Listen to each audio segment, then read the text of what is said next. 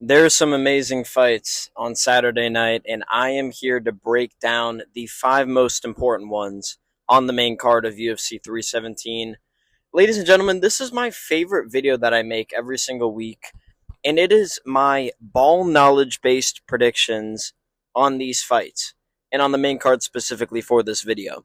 In this video, we have the Money Manziel prediction criteria. Now, this is not any normal criteria. This is not your run of the mill, oh, I watched 7 hours studying tape. I'm a fucking ball knower. Like, guys, I knew that Pat Sabatini was going to control. No, you didn't, dog. You thought Brito was going to knock him out in a minute. Regardless, we have the prediction criteria, right? We're not using tape study. We're not using real knowledge. We don't need ball. We don't need knowledge about fighters to be able to pick who wins these fights. Here's what we need. We need to know how much autism do they have? Do they have aura slash TikTok editability? Do they have IQ, which is key? Do they have plot armor? And then finally, do they have a little bit of skill and technique? Because occasionally it matters. Like I said, it's for the main card, so we're going to start it off in the bantamweight division. Kid, this is a badass fight. Peyton Talbot versus Felipe Lima. Peyton Talbot obviously coming off the loss to Raoni Barcelos in January. Felipe Lima last beat Miles Johns by decision. I forget how long ago that was. I want to say like October. I think it was October, maybe on the Abu Dhabi card at 308. I'm not completely sure, but that makes sense in my brain. Um, and, both are around the same age. Talbot is a finisher. He's finished 8 of 9 wins. Um, Lima has about a 50%. I say about. He does have a 50% finish streak. No, fucking. What am I talking about? Lima has a 50% finish rate. There we go. Jesus Christ. And he was subbed in his one loss. I'm going with Peyton Talbot to win this fight, fellas, and I'm going to tell you why. He's underground. He's been listening to the vinyls. He's been listening to a couple of Frank Ocean's unreleased albums. He's probably been listening to, Songs for Women, Rocket Love, Strawberry Swing, all these unreleased Frank Ocean songs that I know because, I fuck with like feminist literature and shit like that. 6'2", by the way. And he knew that he needed to lose his last fight because too many people knew him. The black hole, the void in his heart, or in his chest, I don't know why he has that dumb fucking tattoo, but the black hole that is in his heart, um, it couldn't be filled by being mainstream. He needed to lose one, and he's going to win this one, and I guarantee you he throws the next fight too. Raoni Barcelos is a weird matchup for a lot of people. So, yeah, for a flat-footed striker, Barcelos was always going to cause a lot of problems. But with Felipe Lima, yeah, he's a good grappler. He's a great ace, but I worry about getting the fight to the ground with Peyton Talbot. I don't think he can do that. Um, so that's already kind of the fluke and underground thing, but man, you don't see TikTok edits about Felipe Lima. You see TikTok edits about Peyton Talbot. You see him naked on the Frank Ocean Instagram story. We all want to see Peyton Talbot full frontal nudity again after he wins this weekend. Frank Ocean in the crowd. They'll probably announce his new song coming out soon. See, I'm going Peyton Talbot to win the opener, probably by finish. Next up, Benny Dariush versus. Let me tell you something, my brother. My brother, Bitcoin is going to the moon, my brother. Trust me. Do not gamble, my brother. Study Bitcoin. This is number one ugliest motherfucker I ever seen. Versus Renato Moicano. That was a fucking long-winded impression. Two old heads, 36 years old. Weirdly, they have all kind of lost to the best guys. Like, they have 6 losses apiece, but all of their finished losses are to good guys. I'm trying to think of who Moicano's lost to. Moicano has losses to Islam, RDA. Okay, so that's 2 good wins. The RDA was a little past his prime, but it was short notice. We'll give it to him. He lost to Korean Zombie, Fazeev. So that's 4. He lost to Jose Aldo, 5. And Brian Ortega, 6. I mean, all of those are pretty elite losses, man. And then Benny Dariush has losses to not Islam, Armin, Charles. He got the flying kneed by Edson Barboza at one point in his career, and I don't remember the other couple losses. But It's such an interesting matchup because it is a pick 'em. It is two guys where you're like, okay, how good are they really? Like Moicano, yeah, he beat BSD, but that didn't age too well. It already hasn't aged that well, and people have kind of looked back and done a little bit of revisionist history on BSD's hype. Um, beating who the fuck else did he beat? Who else did Moicano beat? Jalen Turner. Did that age that well? I don't know. With Daryush, Gamrot, that ended up being a pretty good win, but it was 29-28. Colded twice by Oliveira and by Sarukian, who I don't think is actually that much of a power puncher. Um, it's very tricky. I'm going to go Benil Daryush, though. If we're looking at skill, in terms of people being gaslit, I don't think people understand. Benny Daryush has always had a bad chin. That was the knock on him going into a majority of his fights, is that Benil Dariush is chinny. Barboza flatline KO'd him. One of the nastiest KOs I've ever seen in my life. I think he's been KO'd 5 times in his career, which means he would have been KO'd 3 times in his career before the Armin loss, or before the Charles loss. So it wasn't out of the question to say that he had a bad chin previously. So you're just gaslighting yourself if you think that he's coming in washed because he lost to the two best lightweights in the world. And he beat down Mateusz Gamrot over 3 rounds, in my opinion. Um, he does have the TikTok edit potential. Moicano does too, but I could see sad TikTok edits when he loses. And this is also great character arc potential. You could get a lot of edits with him where it's like sad, him falling out of the cage after losing to Charles and all this other bullshit. So I'm liking a lot on the aura side of Benil Dariush, and you can't count out the old man. You never can. So, featured fight of this pay per view. Brandon Royval and Josh Van. This shit is a banger, by the way. Two fellas that love to scrap and just get after it at 125. Royval's coming off wins versus Moreno, which I thought he lost 3-2, but very up in the air. And then he beat Tatsuro Taira, also a razor thin fight. Um, and then the loss was Pantoja. Josh Van coming off wins now versus Alessandro Costa, Edgar Shirez, and then I believe was Durden, was Shirez? Ray Saruya, and then Edgar Shirez, and then Durden was before that. No, he was after. I don't know what fucking order they were in, but he's won all those fights. It's like his billionth fight in the last 6 months or 12 months. I'm not sure what the exact number is. He's 23. He's young. Josh Van is winning this fight, fellas, and you don't need to write a lot to explain why that Josh Van is winning this fight. Listen, the kid's got aura. He's got aura beyond belief. He's got a big fan base too, which I like a lot. Especially with a flyweight where you don't get a lot of guys that people get behind.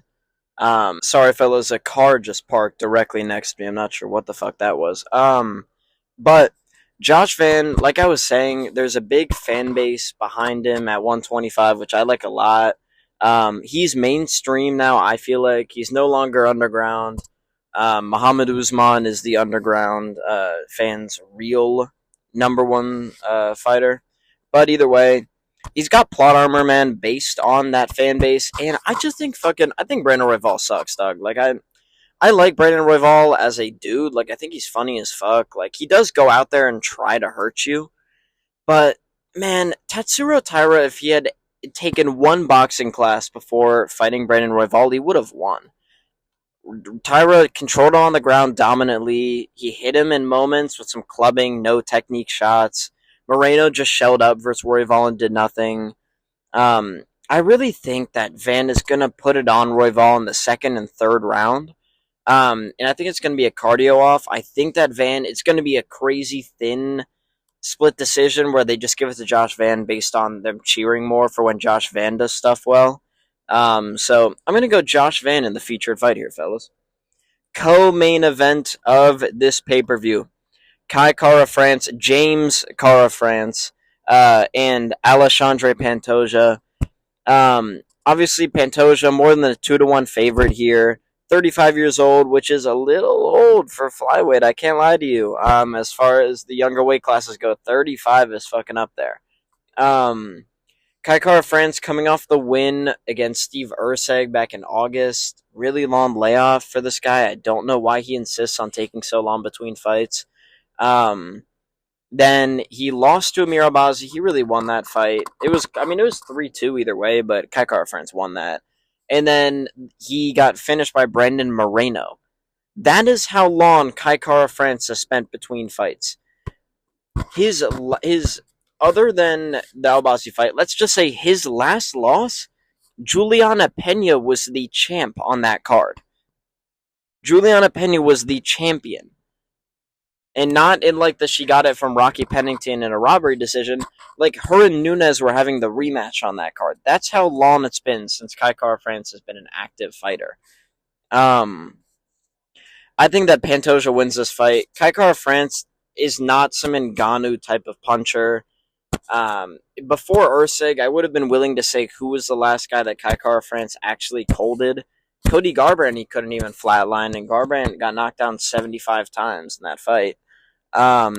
He went life and death with Askarov, who is legit, but as far as grappling goes, if you're going to go life and death with him, I think that Pantoja is just a little bit better than Askarov in that regard, even though I believe Askarov has a win over Pantoja. So it is something to keep an eye on. I think over 5 rounds, Kai Kara and Pantoja both tend to fade in the later rounds of fights, so it will be interesting. I like Pantoja to win a kind of not thin decision, but like it'll be like a 49-46 on 2 cards, but you'll be like, damn, those rounds were really close. Like if Kai Kara France had just stuffed that takedown on the fence, or if he hadn't ate that elbow that split him open there, it's kind of those things skill wise. But I think he's gonna win because of the edits on TikTok. You're gonna get so many fucking TikTok edits with like Adele in the background.